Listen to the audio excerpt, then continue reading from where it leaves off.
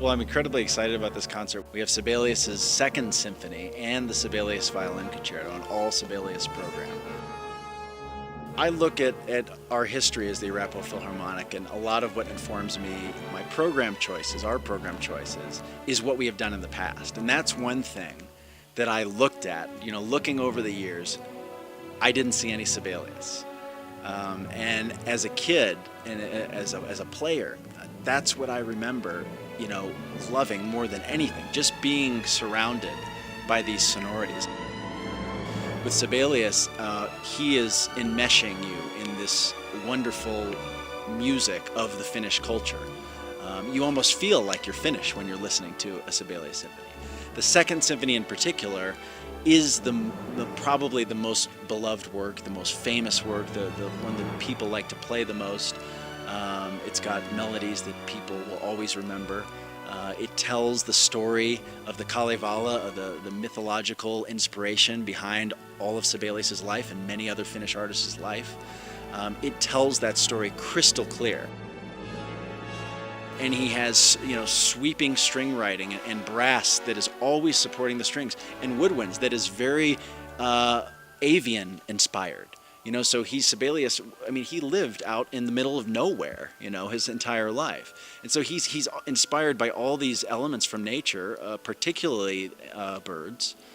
And so anytime you hear these woodwind flourishes, you can picture Sibelius, writing great music and being inspired by nature. Finland was also in a very precarious situation around the time when Sibelius was growing up. He was born in 1865. They were a Grand Duchy of Russia, basically under the protection and unfortunately laws and whims of the Russian Tsar.